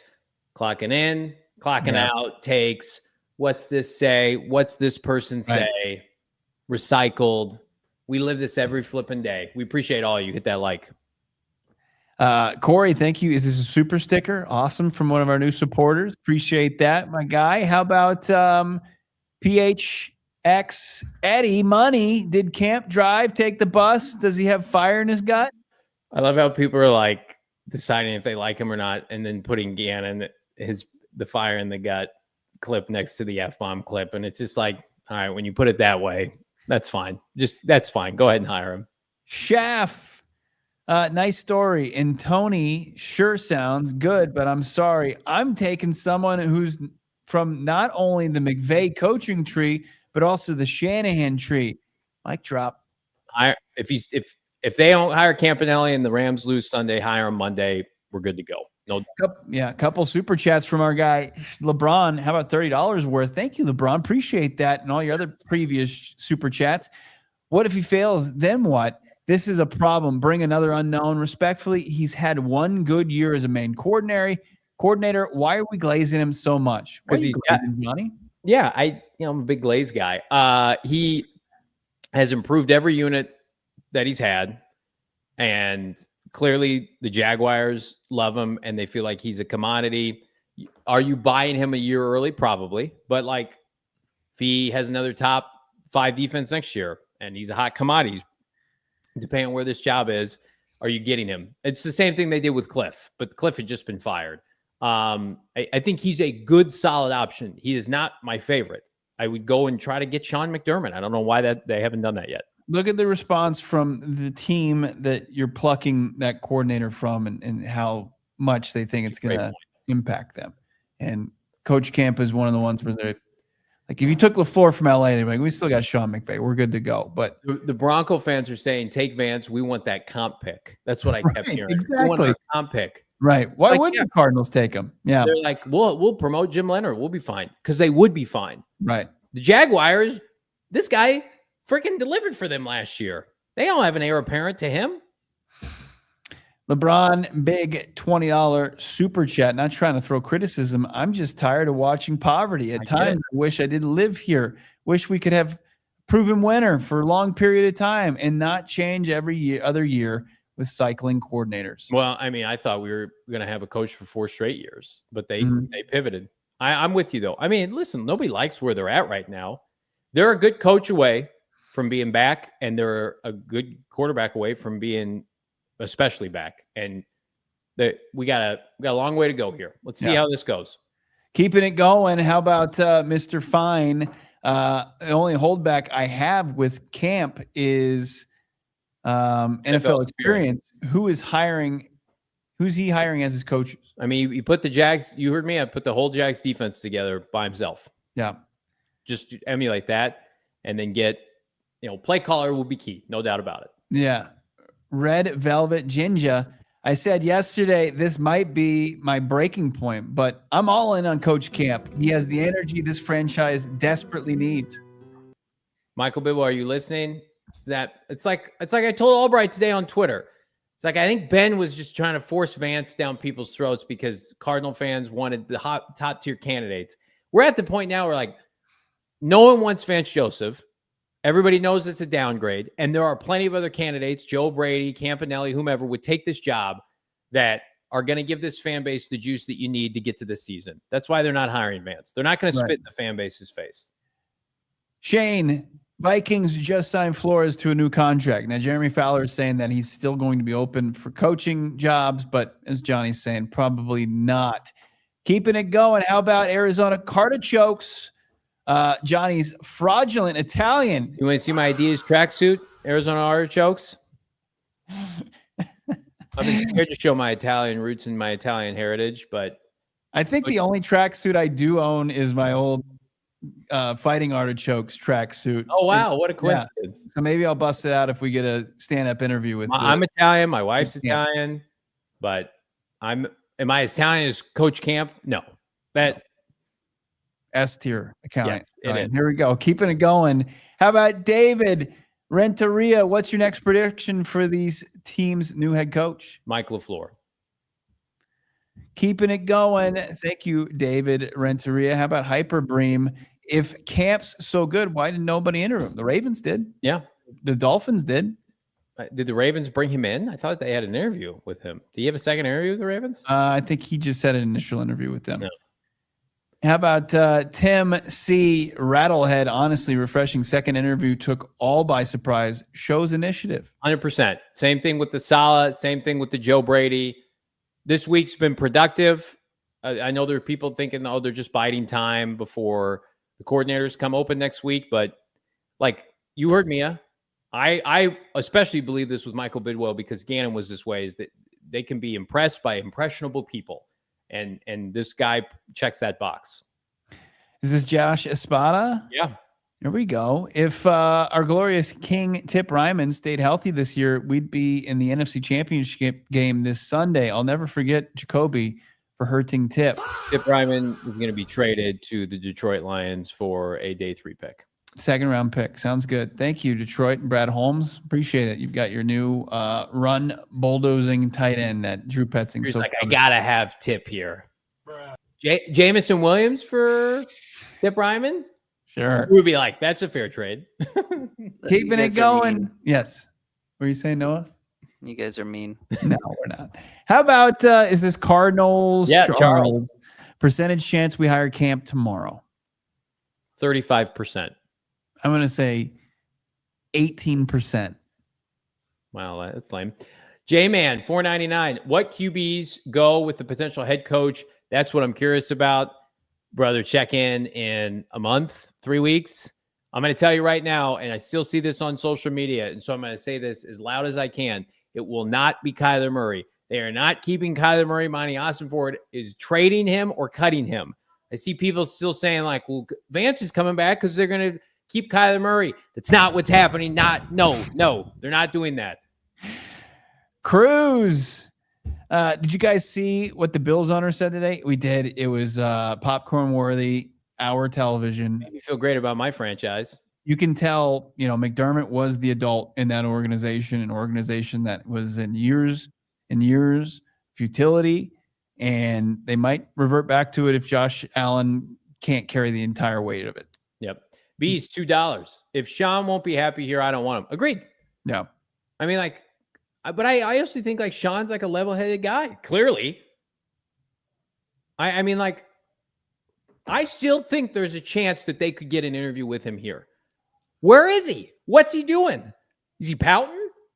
He's talking to his agent, and his agent's going to tell you that job's about to fill and this job, and we reached out here and they're done. Right. That's why we want the Ravens job to get filled. We want the Steelers to be keyed in on Shula. And then you could go to Sean and take a visit. Let's go. Charlie Sinclair is back. Cheapness is a disease you can't shake. The Spanos found the cure. I hope Bidwill finds it too. I appreciate that. I think that Dean Spanos is keeps on. He got into it with Harbaugh, and now he's doing it again with McDaniel. I'm sure if Mentor does stay, he probably has to give him a raise. But yeah, absolutely, it has changed the perception of the Chargers by a ton. How about Michael, a better owner than his father, and hopefully he proves me right this offseason.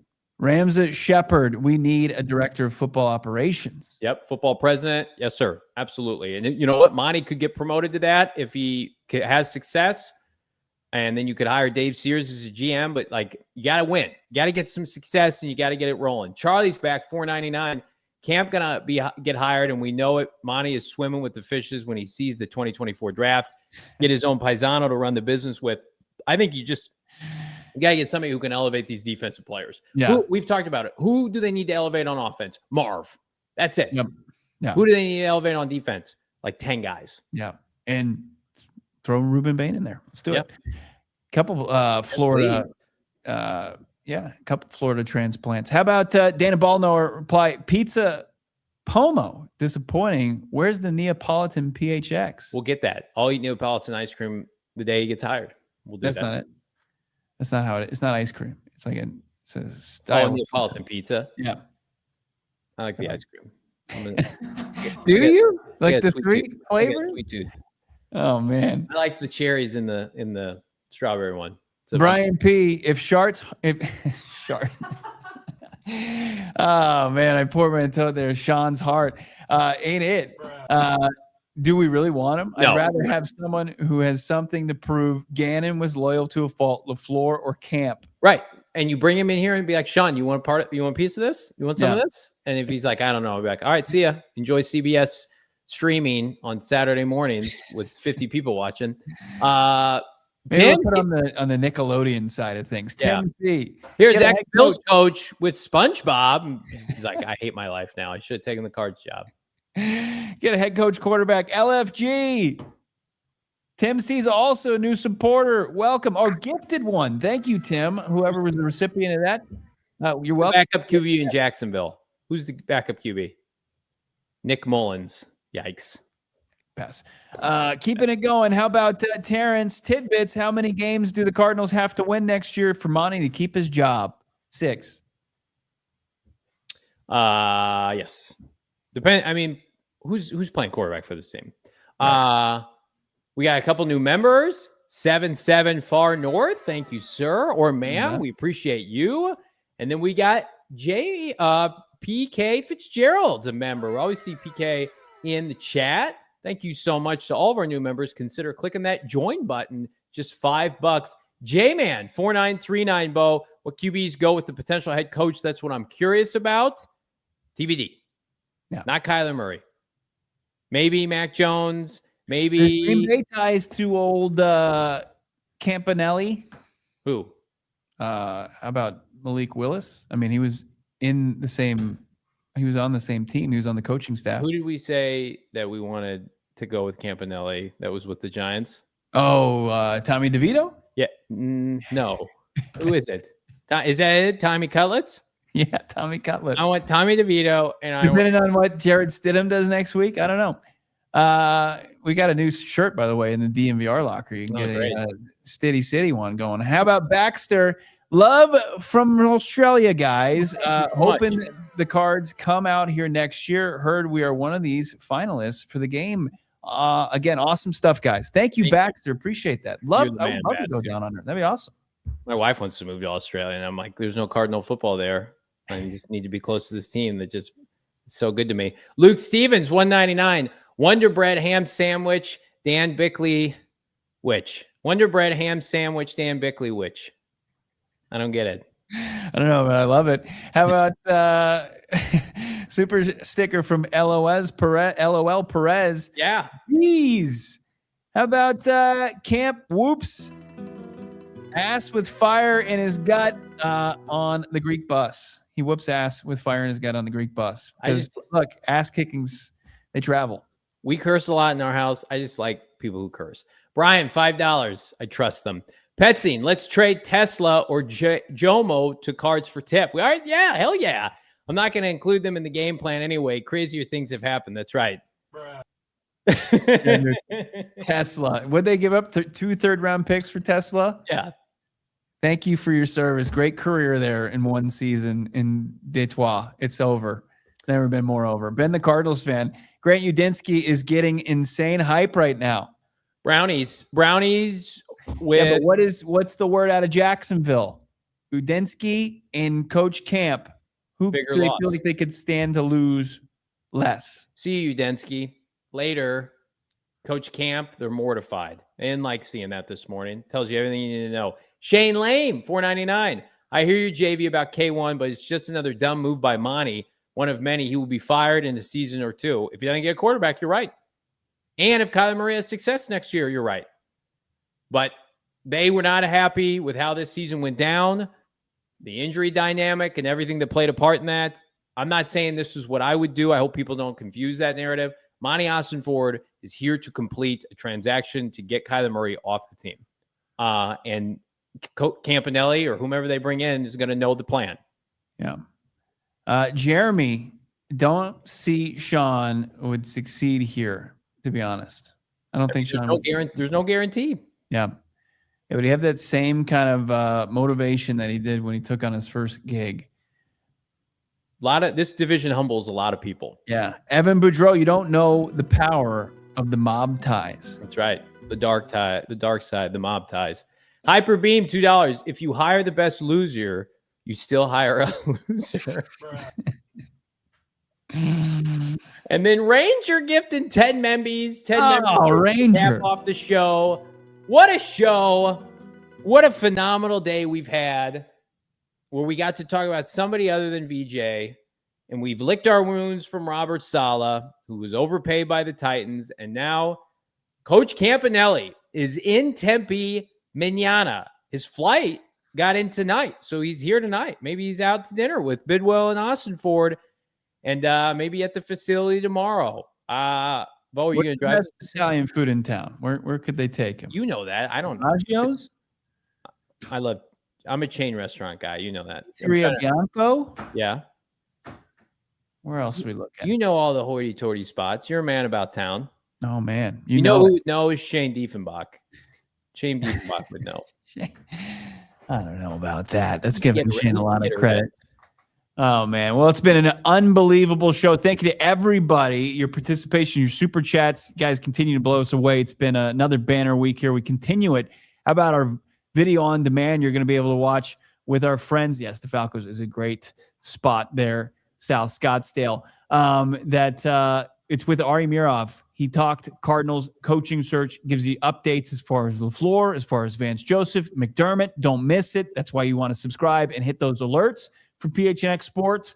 But otherwise, other than that, we're going to be online at PHNX_Cardinals, at Johnny Venerable, at Bo Brack.